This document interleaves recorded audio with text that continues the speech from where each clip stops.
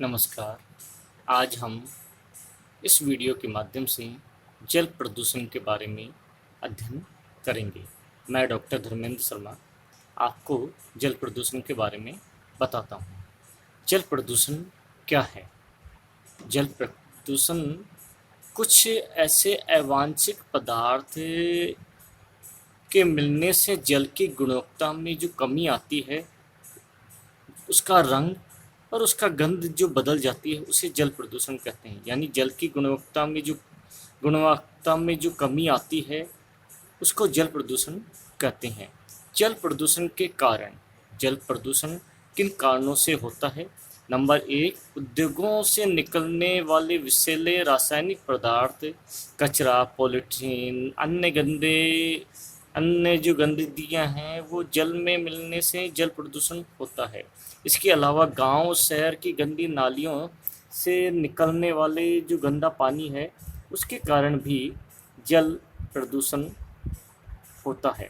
दूसरा, नदियों और जलाशयों में कपड़े धोने, नहाने, बर्तन साफ करने, गंदगी इत्यादि मवेशियों के नहाने और जल और मूत्र जल इत्यादि का त्याग करने के कारण जल प्रदूषण होता है।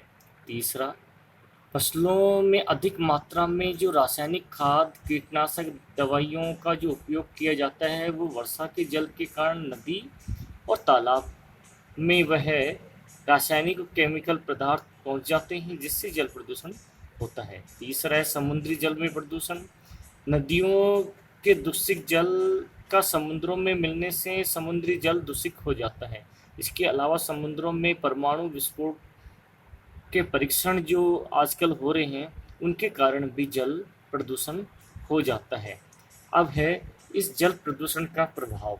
जल प्रदूषण का प्रभाव है, उसमें है कि जल प्रदूषण के कारण वाहित मल द्वारा प्रदूषित जल में जो जीवाणु, वायरस, कवक के परजीवी होते हैं, वो मलयुक्त जो दूषित जल है, उसके संक्रमण, विभिन्न प्रकार का जो संक्रमण होता है कि प्रदूषित जल जब मानव के शरीर में जाता है तो वो अनेक रोग पैदा करता है, जैसे हैजा, पैचिस, चर्म रोग इत्यादि उत्पन्न होते हैं।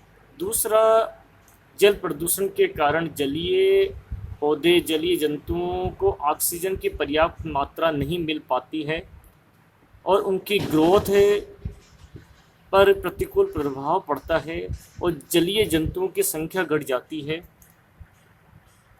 इसके अलावा तीसरा जो कारण है, जल प्रदूषण के कारण मृदा उपजाऊ जो मिट्टी है, वो भी संदूषित हो जाती है और भूमि की उर्वरक क्षमता में कमी आती है। तीसरा है तेलीय परिशोधन शालाएँ, कागज उद्योग, चीनी उद्योग, इनसे निकलने वाले जो रासायनिक पदार्थ हैं, जैसे आर्सेनिक है, लेड है, फ्लोराइड है, इन से भी कृषि योग्य जो भूमि है, उसके पौधे और जंतुओं पर विषाक्त प्रभाव पड़ता है, विषैला प्रभाव पड़ता है। तीसरा, विद्युत जो संयंत्र, उद्योगों से निकलने वाली जो गर्म जल है, वो जलाशयों के तापमान को बढ़ा देते हैं, जिससे उसमें रहने वाले पौधे और जीव जंतुओं पर प्रतिकूल प्रभाव पड़ता है। इसके अलावा फसलों की सुरक्षा हेतु कीटनाशक पदार्थ, जो रासायनिक पदार्थों का उपयोग किया जाता है, वो जल में घुलकर खेतों से जलाशयों में पहुंचते हैं और जल को प्रदूषित करते हैं। अब है जल प्रदूषण को नियंत्रित करने के क्या क्या उपाय हम कर सकते हैं। कल कारखानों, उद्योगों से जो अपशिष्ट पदार्थ को जलाशय में नहीं डालने दिया जाए।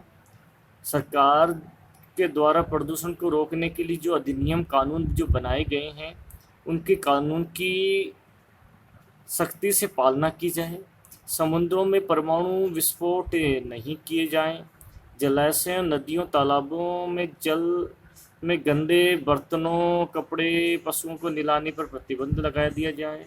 नदी, तालाब, कुओं में इकट्ठे के निकट मलमूत्र का विसर्जित नहीं किया जाए। इसके अलावा पेयजल स्रोत की सफाई और जांच की नियमित ध्यान रखी जाए और घरों का कूड़ा करकट कचरा पात्र में डाला जाए। और इसके अलावा स्थानीय निकाय जैसे नगर तहसील है वहाँ जल शोधक यंत्र लगाए जाएं और जल को प्रदूषित होने से बचाया जा सकता है। जल ही जीवन है।